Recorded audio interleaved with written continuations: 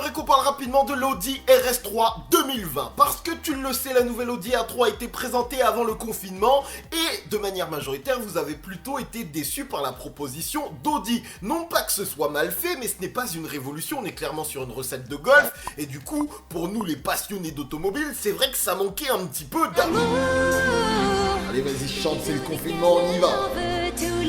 Est-ce que c'est une mauvaise voiture? On ne le sait pas encore parce qu'on est confiné, mais ça ne nous empêche pas d'essayer d'accélérer un petit peu le temps et de définir à quoi pourrait ressembler une nouvelle Audi RS3. C'est que pour faire un rendu de qualité d'une nouvelle Audi RS3, il faut déjà qu'on regarde un petit peu les éléments que nous avons à notre disposition.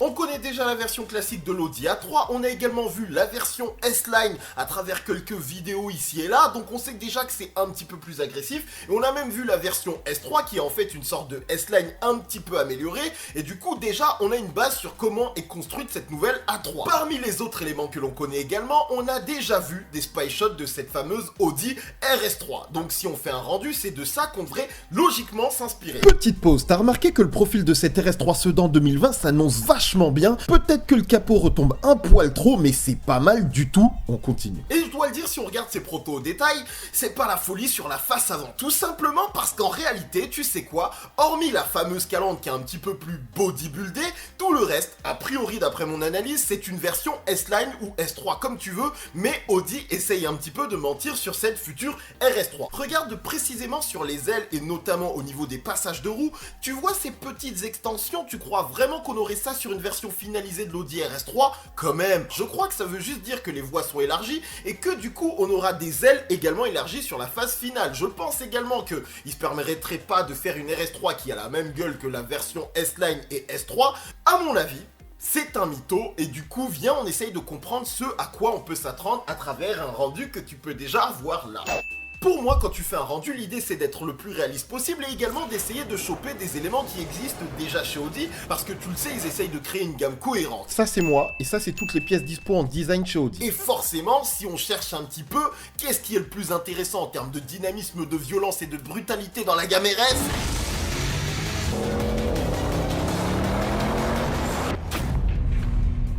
Du coup, de base, je t'avoue que moi j'aurais tendance à vouloir et faire en sorte que cette petite RS3 soit véritablement une mini RS6. Donc j'ai pris le configurateur Audi, j'ai récupéré une Audi A3 en version S-Line, je suis allé chercher des éléments sur le configurateur Audi de l'Audi RS6, j'ai transporté tout ça et bam, ça te donne un petit rendu. Bon là c'est que l'échauffement, mais tu peux déjà voter pour me dire si ce petit rendu te plaît ou pas. J'ai même pris le temps d'essayer pour l'arrière avec un diffuseur de RSQ3 et bam, t'as une Audi RS3. Là tu peux avouer que le popotin est plutôt mignon pour une RS3. J'ai un peu eu la flemme d'enlever les caches plastiques, mais bon c'est pas facile, la vie tu connais. Sauf que c'était un petit peu trop facile, parce qu'on est chez Planète GT, on n'est pas là pour rigoler, du coup je me suis dit quoi mais essaye un petit peu d'élever le niveau. Et avec les photos officielles de la nouvelle A3, je me suis rappelé qu'il y avait peut-être moyen de travailler un petit peu pour créer quelque chose de réaliste. Alors ça demande quand même pas mal de boulot parce qu'il fallait passer la voiture en rouge, facile, ensuite intégrer les éléments de l'Audi RS6. La réalité c'est que je me suis rendu compte que c'était plus facile de prendre une base RS4, mais je voulais tenir ma petite RS6, donc j'ai pas lâché l'affaire. J'ai intégré les jantes, les bas de caisse, la calandre du prototype pour avoir un truc le plus réaliste possible. Et pour finir, je suis venu mettre les derniers petits éléments agressifs qui en faisaient une RS6 de poche. Allez, on se fait une petite session musicale parce que j'ai quand même beaucoup trop bossé pour laisser ces images dormir tranquillement dans mon ordinateur.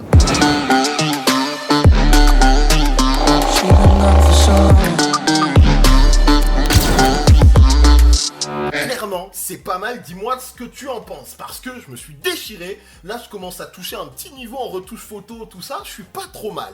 Le truc c'est que si je suis très honnête, je dois te le dire, j'ai de très forts doutes que l'Audi RS3 2020, voire 2021 vu les confinements tout ça, ressemble à ça. Parce que réellement, quand tu prends le temps d'analyser la face avant de cette nouvelle A3, c'est concrètement construit comme les SUV de chez Audi. Ce qui fait que j'ai fait quelques tests et c'est impressionnant comme c'est trop facile d'intégrer la face avant d'un RSQ3 ou d'un RSQ8. Vraiment, ça prend 3 secondes parce que les éléments se collent tellement facilement en partie basse de la nouvelle A3 que t'as rien à faire comme travail. Et du coup, je te présente ce à quoi potentiellement ça pourrait très facilement ressembler. Tu prends une base d'RSQ8, tu rajoutes toute la partie basse et bam, t'as une RS3 en 3 secondes. D'ailleurs, j'ai aussi essayé avec une base de RSQ3 et en fait, on dirait une Audi A3 S-Line, du coup, tu vois bien que c'est proche. Ça m'a pris vraiment 2 minutes à faire en termes de montage, quand ça, j'ai tellement galéré à intégrer un peu naturellement toutes les parties basses RS6, donc à mon avis, ça c'est mignon, mais faut pas trop espérer. Et pour parler un petit peu de la puissance de ce fameux 5 cylindres, les rumeurs parlent actuellement d'un moteur aux environs des 420 chevaux, faut bien venir titiller la nouvelle à 45.